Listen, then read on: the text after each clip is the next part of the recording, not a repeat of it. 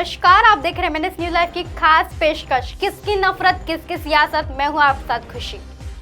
4 पत्नी वाले मंत्री के सामने single wife mission.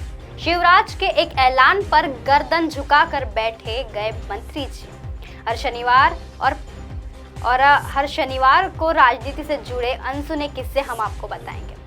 Madhya Pradesh में चुनाव से पहले सीएम शिवराज चौहान ने समान नागरिक संहिता कानून का मुद्दा छेड़ दिया। उन्होंने कल ही बड़वानी में कहा कि एक ही पत्नी होनी चाहिए। हम एमपी और यूनिफॉर्म सिविल कोड के लिए एक कमेटी गठित करने जा रहे हैं। शिवराज सिंह ने जब मंच पर यह बात कही तो वहां के एक मंत्री भी बैठे थे। शिवराज ने जब यह कहा, ऐसे में कानून की जरूरत है जिसमें किसी भी व्यक्ति की एक ही पत्नी का प्रावधान हो ताकि महिलाओं का शोषण रोका जाए। यह सुनते ही मंत्री जी सन्न रह गए। उनके चेहरे पर बेचैनी के भाव दिख रहे थे। दरअसल मंत्री की 4 पत्नियां हैं और उन्होंने 2018 में चुनाव हलफनामे में खुद ही इसका जिक्र किया है। चारों पत्नियों के नाम भी लिखे। जब मुख्यमंत्री भाषण दे रहे थे तब मंत्री जब मंच पर तब बैठे थे। अन्य अतिथि नेता मंत्री जी और तरफ देखकर मुस्कुराने लगे। फिर क्या था, मंत्री जी अपनी गर्दन झुका ली। सुना है कि मंत्री जी ने अपने कार्यक्रम के बाद एक विधायक को अपनी परेशानी का एबल पर बताया। उन्होंने कहा कि मुझे इस बात का डर लग रहा है कि मुख्यमंत्री कहीं उनका नाम लेकर कुछ कहना दे। एक सरकार में जय जयकार में लगे दूसरे डिनर से गायब एमपी में चुनाव। अब चुनाव को 1 साल ही बचा है। ऐसे में मंत्रियों और विधायकों को टिकट की चिंता सताने लगी है। इसमें भी खासकर सिंधिया समर्थक मंत्रियों को सब अपने अपने तरीके से फील्डिंग में लगे हैं। एक मंत्री तो ऐसे ही जिन्होंने प्रशासनिक मुखिया के कंधे पर रखकर बंदूक चलाई।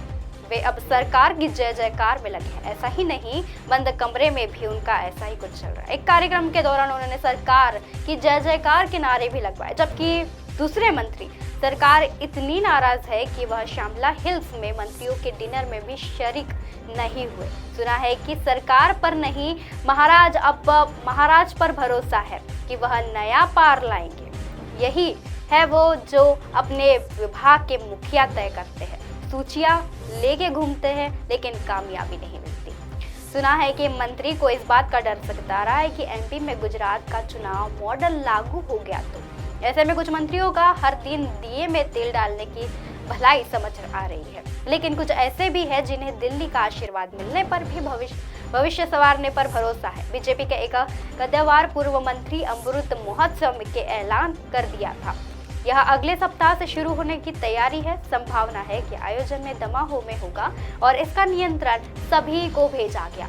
लेकिन इन नेताओं में यहाँ जुटने की खबर है जो सरकार में अपने आप अपेक्षित महसूस कर रहे हैं। वैसे तो आयोजक इस गैर राजनीतिक कार्यक्रम में बता दे रहे हैं कि लेकिन इस बीजेपी के नाराज नेताओं को जमावड़ा हो सकता है। इसे बीजेपी नेतृत्व के खिलाफ शक्ति प्रदर्शन के तौर पर देखा जा रहा है। माना जा रहा है कि इसमें वे सभी नेता अपनी एकजुटता दिखा रहे हैं जो 35 साल से ज्यादा उम्र के हैं। साथ ही वह नेता जिन्हें कांग्रेस के बीजेपी में आए नेताओं की वजह से अपना राजनीतिक भविष्य संकट में डाल रहे हैं। अब यह सवाल भी उठ रहा है कि सीएमएचओ अच्छा काम कर रहे थे तो फिर उन पर गाज क्यों गिरे। अंदर की बात यह है कि सीएमएचओ की जांच के दायरे में बीजेपी के एक विधायक का अस्पताल भी आ गया था। इस मामले में सत्ता का सुरुख भी विधायक में भी काम नहीं आया।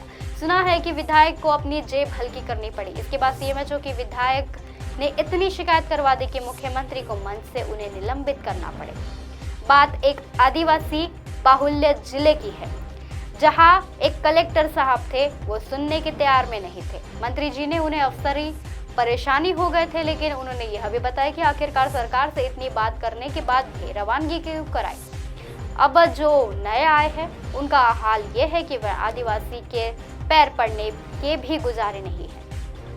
नए साहब इस कदर झुक रहे हैं कि सरकार भी पीछे पड़ गई। ऐसे में नए नेता का लचीलापन से मंत्री जी फिर परेशान हो गए। वजह सिर्फ इतनी सी है कि जब साहब के पैरों में पड़ जाते हैं तो मंत्री जी फिर दूसरे नेताओं को भी अपने काम में ला लेते हैं, बार बार पैर पड़ने लगते हैं। ऐसे ही नई नई खबरें लेकर आते रहेंगे एक राजनीतिक और सियासी दाव पन्नों से जुड़ी। तब तक के लिए देखते रहिए मैंने न्यूज़ लाइव की खास पेशकश, किसकी नफरत किसकी सियासत, मेरे साथ यानी खुश के साथ। नमस्कार।